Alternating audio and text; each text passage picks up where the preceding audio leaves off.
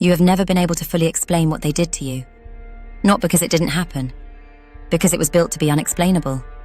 This video is the explanation. I want to describe someone to you. Stay with whatever recognition arises. Don't dismiss it. Don't explain it away. Just notice it. This person is calm in conflict. Always.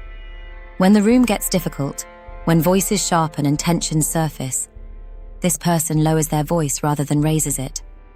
They become the steadying presence, one who seems to hold the temperature of the room in their hands. They listen, or appear to. They express themselves without aggression, without visible hostility. When they disagree, they do so with apparent patience and apparent respect. They seem like the most mature person in the conversation. In professional environments, they advance consistently, without visible conflict, without obvious politics. In social environments, they are liked almost universally. There is rarely someone with a clear grievance against them. And in intimate relationships, initially they are described as the best partner the other person has ever had, the most attentive, the most present, the most emotionally intelligent. Hold that word. Initially. I have just described one of the most consistently harmful personality types in contemporary psychology. Not the obvious abuser. Not the one who shouts. The one who never raises their voice. The one who is calm where others are not. Reasonable where others falter. Measured where others break.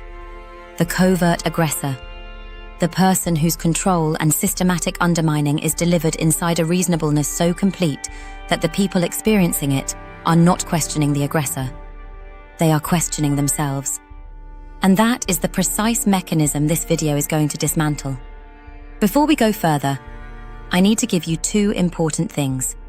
First, I am going to give you the one specific verbal behavior, one exact pattern of language that identifies covert aggression with near certainty, even in a first encounter, even before anything has happened that you could name as evidence. It does not sound alarming. It's designed not to. But once you know its shape, you will hear it in every environment you inhabit.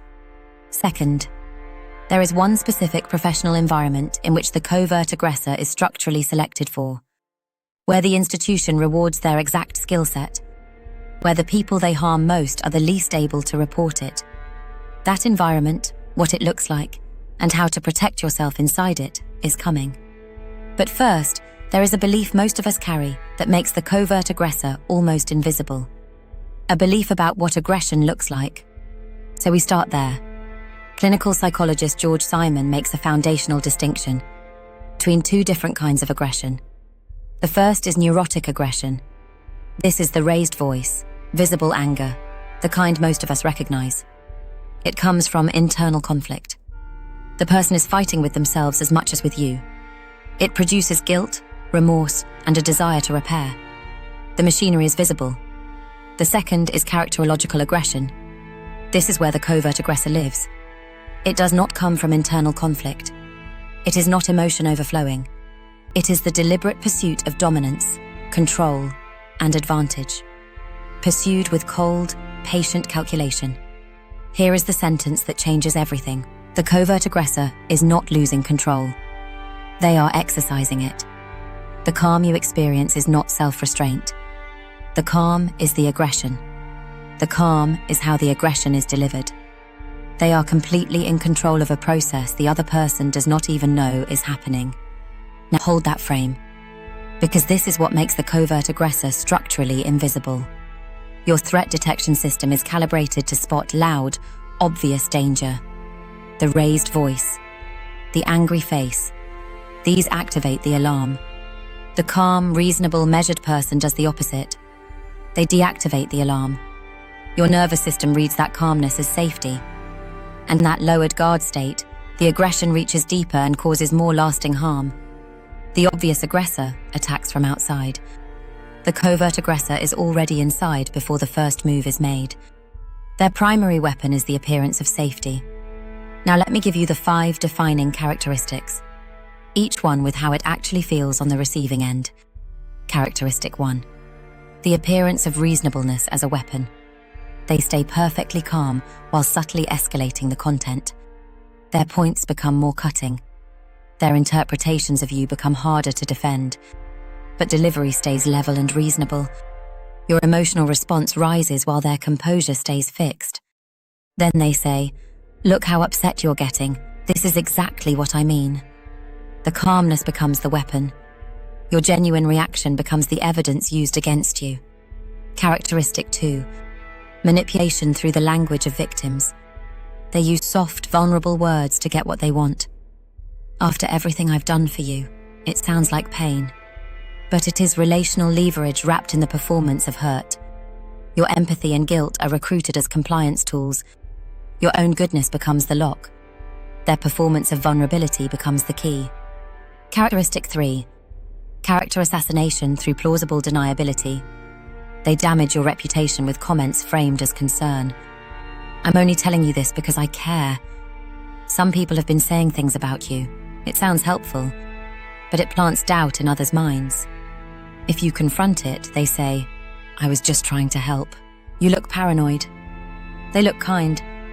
The damage lands without a single obvious attack. Characteristic 4. Selective disclosure. They share carefully chosen pieces of truth and omit the rest. No outright lies, just strategic omissions that create false impressions. This quietly turns people against each other while they appear completely innocent. Characteristic 5. The managed perception campaign. They invest most of their energy in how powerful people see them. Bosses love them. But the people who see the private side often feel drained, confused, and somehow not enough. The same person creates two completely different experiences. Now here is the one verbal pattern that almost always gives them away. It is called the minimizing qualifier. Listen for these phrases. "I'm just saying," "with all due respect," "I'm not trying to attack you, but," "to be perfectly honest."